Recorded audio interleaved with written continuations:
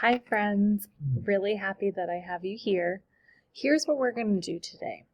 What you're going to do is you're going to take this birthday graphing sheet and you are going to put a tally mark next to the month of your family member's birth month. So, for instance, I was born in October.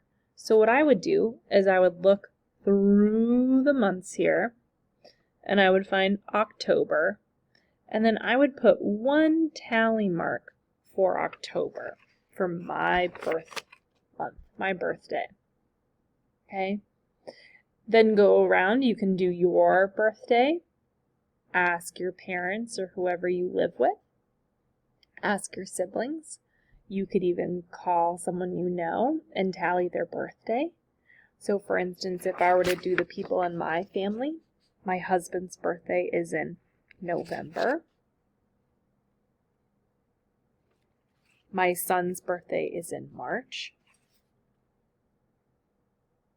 My daddy's birthday is in November. So I put another tally. So I have two tallies now. One for my husband's birthday and then one for my dad's. My mom's birthday is in May. So I'm going to look for May, put a tally mark there. So you can see I didn't have any tally marks for May, and then I had one for now for my mom's birthday. I'm going to put one in February for my sister's birthday. And then I will also put one in for my brother's birthday, which is in September. And my niece, her birthday is in June. So right after May comes June. I don't have any tallies there, so I will add a tally now for my niece's birthday. Now I'm going to count my tallies. I have 1, 2, 3, 4, 5, 6, 7, 8 tally marks for the 8 people who are in my family. You might have family members that have the same birthday month, like my husband and my dad. They share the same month. They were born in the same month, November. Once I have this information, I'm going to get a colored pencil. Maybe you want to use more than one color. That's up to you. I'm going to pick this really cool orange color. And then what I'm going to do is I'm going to look at my tally sheet. And it looks really similar to this graph that I have that is a birthday cake. And what I'm going to do is I'm going to look at January, and I don't have any tallies for January. So I'm not going to color in any squares for January because I didn't have anyone's birthday in my family in January. But for February, I did have a family member's birthday. I have one tally mark. So I have one family member whose birthday is in February. So I'm going to color in the first square next to February.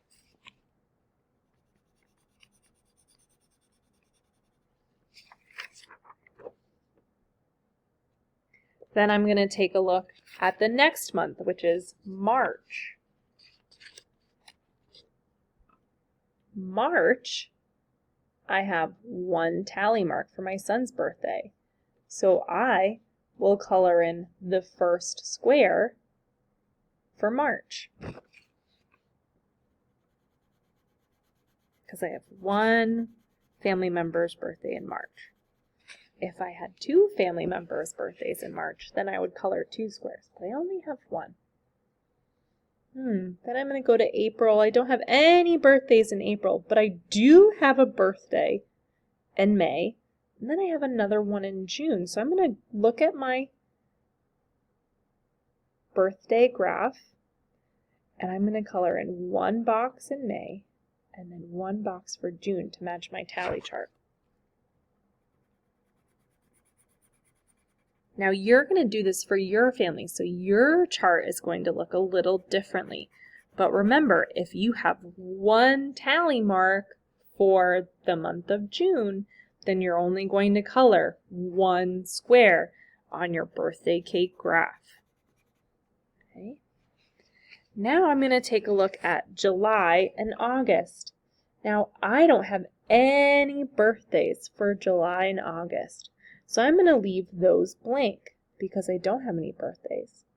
I do have a birthday in September. My brother's birthday is in September. See that one tally mark?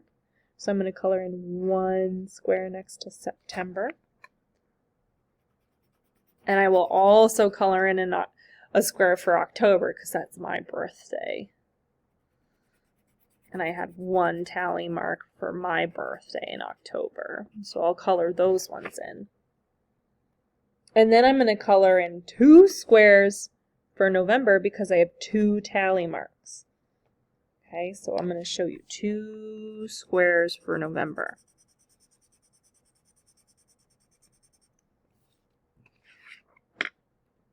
Notice how they're different from the rest because I had 2 birthdays in November. The rest of the months, I had 1 family member with a birthday. In February, I had 1 family member with a birthday in March. So I only have 1 square. So 1 person, 1 square. 1 tally, 1 square. So you're going to do this for your family. When you're done, I would like you to color in your cupcake. What we're going to do is we're going to have them nice and bright and beautiful. Your name's going to go right here in the frosting. So make sure that your frosting isn't black because then it's really difficult to see your name. And then when you come to school, please bring this because I'm going to write your birthday on it and we'll put it on our birthday wall so that we can celebrate your birthday when it arrives. And if your birthday's in summer, don't worry, we have a summer birthday celebration. So first, tally up the birthdays of your family members. You could even call some family members if you wanted to ask for their birthdays. Then for each tally, color in 1 square on your birthday graph. And then when you're finished with that, color your beautiful cupcake, whatever colors you would like, except for black on the frosting so I can write your name and it's beautiful for you. Thanks, friends.